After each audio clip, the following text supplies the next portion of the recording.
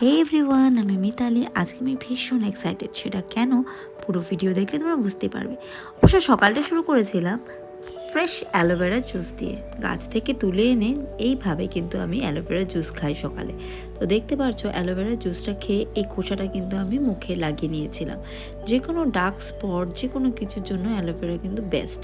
আর ঘুম থেকে উঠেই যেই দরজা খুললাম, ওই দেখো আমার ছোট্ট বিড়ালটা আমার পায়ে পায়ে এত আমাকে ভালোবাসে যে আমি পাটা ফেলতেই পারি না আমার পায়ে পায়ে। তাই তোমাদের সাথে আমি ভিডিওটা শেয়ার করলাম যে দেখো ও আমাকে কতটা ভালোবাসে। মানে আমি যেদিকে যাব সেদিকেই ও আমার পায়ে পায়ে পায়ে পায়ে বেশ ভালো লাগে। ও আমাকে ভীষণ ভালোবাসে। আর এরপর চলো আজকে আমি তোমাদের সাথে শেয়ার করবো একটা ইউজফুল ভিডিও, যেটা হলো পপকর্ন মেকিং। তো এটা খুব সহজ, তোমরা জানোই, কিন্তু বাট তোমরা এটা জানো না যে কেনা যে রেডিমেড থাকে না অয়েল দেওয়া, ওই পপকর্নটা কিন্তু একদম ভালো না। যারা ডাইটিংয়ে আছে ওটা খেও না। এরকম র কর্ন নিয়ে আসবে, এরপরে বাটার আর নুন দিয়ে এটাকে ভালো করে একটু নাড়াচাড়া করে ঢাকা দিয়ে রাখলেই কিছুক্ষণ পর দেখো হয়ে গেছে পপকর্ন। আর এটা আমার ছেলে খেতে ভীষণ ভালোবাসে, তাই আমি ওর জন্য বানিয়ে নিয়েছিলাম। আর তোমরা কিন্তু সবাই জানো যে সকালে কিন্তু আমার দুটো ক্লাস থাকে, তো রীতিমতো আমি কিন্তু টাইমলি উঠে গেছি আর শুরু হয়ে গেছে আমার ওয়ার্কআউট ক্লাস।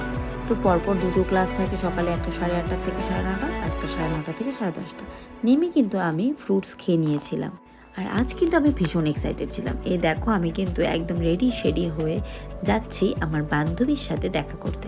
বান্ধবী মানে আমার অনেক পুরানো বান্ধবী, আলিপুরদুয়ারে। আমরা দুজনে এক ক্লাসে ছিলাম না, ও আমার থেকে এক ক্লাস জুনিয়র ছিল।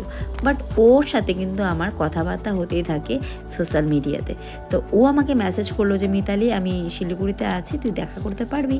তাই আমি বললাম অবশ্যই দেখা করব বন্ধু, কেন করব না। তা আমরা একটু কথা বলে যে কোনোভাবে ম্যানেজ করে আমি কিন্তু ওর সাথে মিট করতে চলে গেছিলাম।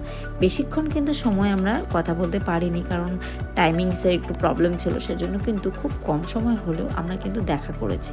আর আমরা দুজন মিলে খাওয়া দাওয়া করলাম সেদিন, সব ভেজ, কারণ মঙ্গলবার ছিল। আর আমরা দুজন কিন্তু চুটিয়ে গল্পগুজব করলাম ওই কম সময়ের মধ্যে যতটা করা যায়। আর কিন্তু ওকে আমি বলে রেখেছি নেক্সট টাইমে আসলে একটু আগের থেকে জানাতে, তাহলে আমি ওর জন্য একটা ডে পুরো ফ্রি রাখবো। তো যাই হোক, ওর সাথে দেখা হলো আর ছোটোবেলার স্কুলের কথা মনে পড়ে গেল। খুব ভালো লাগলো, ও আমাকে বলেছে যে দেখা করতে, সেটার জন্য আমি খুব এক্সাইটেড। আর জয়িতা কিন্তু ভীষণ ভালো একজন ব্লগার, দেখতে পারছো না কি সুন্দর ক্যামেরা সেট আপ করছে। দেখতে দেখতে কিন্তু টাইম হয়ে গেছিলো আর আমরা কিন্তু বেরিয়ে পড়েছিলাম। অবশ্য আমরা গেছিলাম ডিলিশিয়াসে। এবার চলে যাচ্ছে একদম পরের দিনে। আমার সব ভাগনা ভাগ্নি এসেছে আমাদের বাড়িতে। আসলে ওদের অনেক দিন ধরে ভাবছি যে ডাকবো, ওদেরকে কিছু খাওয়াবো নিজে বানিয়ে, বাট হচ্ছিল না। তাই সেদিন ভাবলাম যে আজকে খাওয়াবোই। অনেক কিছু ওদের প্রিয় খাবার রান্না করেছিলাম, তাদের মধ্যে হলো মাটনটা। কিন্তু এত ব্যস্ততা ছিলাম যে সব রান্নাগুলো কিন্তু আমি আলাদাভাবে ভিডিও করতে পারিনি। আমার ছেলে স্কুলে গেছিলো, তাই একটু আসতে দেরি হলো। ওরা কিন্তু ভাইয়ের জন্য ঠিক অপেক্ষা করছিল। দেখতে পাচ্ছ ওরা কিন্তু ধুরান্ধার চালিয়ে বসে গেছে সবাই মিলে। তো কিছুক্ষণ পরে আমার ছেলেও আসলো আর ওদের সাথে বসে ওরা একটু মুভিজ দেখলো। তারপর আমার যাবতীয় কাজ করে বিকালে আবারও রেডি হয়ে গেছিলাম। দেখতে পাচ্ছ একটা রেড হট শাড়ি পরেছি। আর আমাদের ছিল একটা বার্থডেতে নেমন্তন্ন, তো এটাও কিন্তু ছিল ডিলিশিয়াসের। এত সুন্দর সেজে গেছি, আবার ফটোজ তুলবো না সেটা কখনো হয় না। আমি আর অনিতা অনেক ফটো তুললাম। ওই যে দেখতে পাচ্ছ বার্থডে বয় আসছে, ভীষণ এক্সাইটেড।